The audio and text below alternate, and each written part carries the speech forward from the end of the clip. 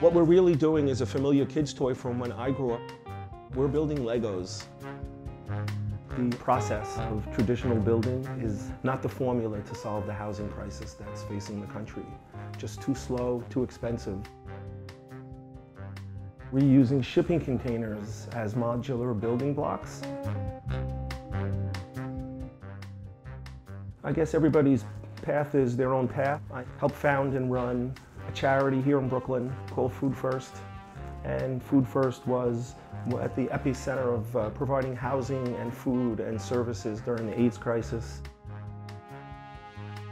We provided a host of food and medicine and daycare type services, eventually realizing that having affordable housing was a form of healthcare and was nutrition and was education. So we began developing affordable housing as a company and did that for the 2 decades that I was there. So when we started SG Blocks, our goal was to create a product alternative that could deliver affordable housing.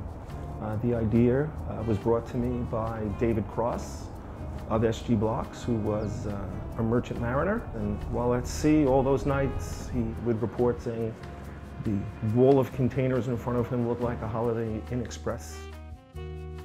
He went ahead and built a shipping container house in Charleston, South Carolina in 2003 that received a permanent C of O, and an industry was born.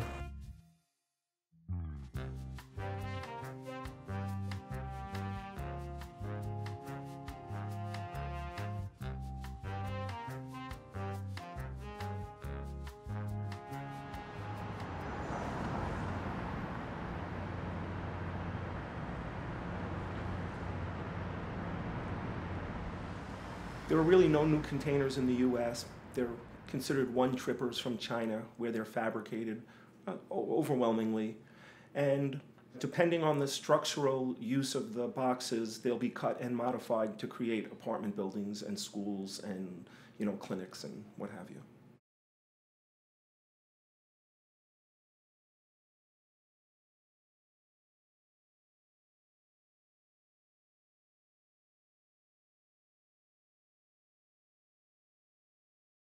We are standing inside of a 4-container 20-foot module. So they're 8 foot by 20 foot by 9 foot 6 in height.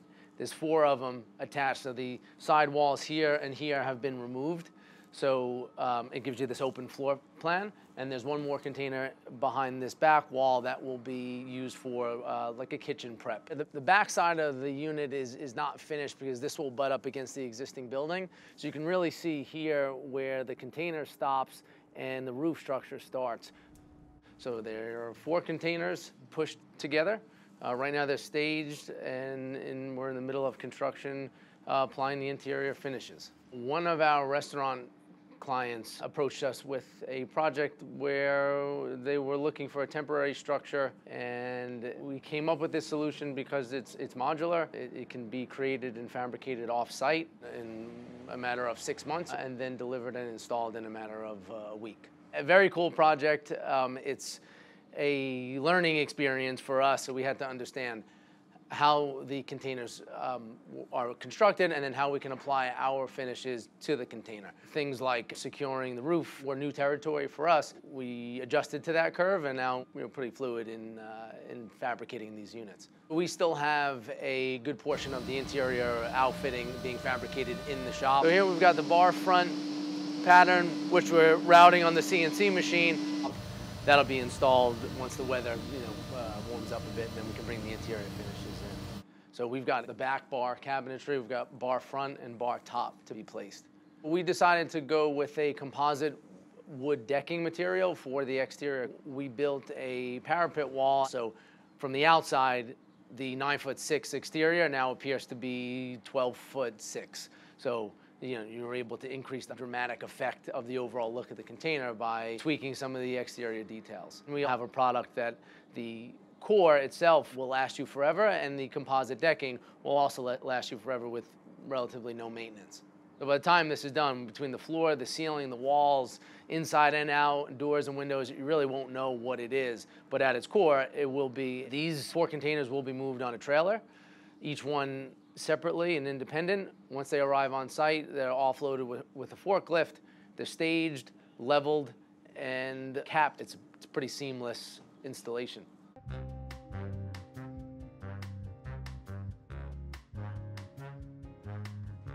Little container information 101. A standard container is 8 wide, 40 long, 9'6" out to out. It's 8,000 pounds empty.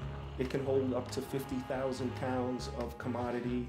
When it's at sea, the bottom container is holding 8 siblings of similar weight and similar strength.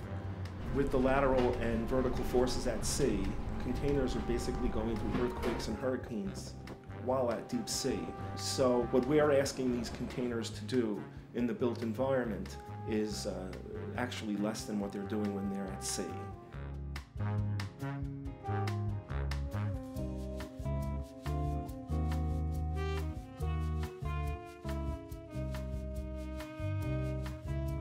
I don't know why anybody would rebuild in coastal areas or maritime environments not with containers. I don't know why people would stick build in those environments.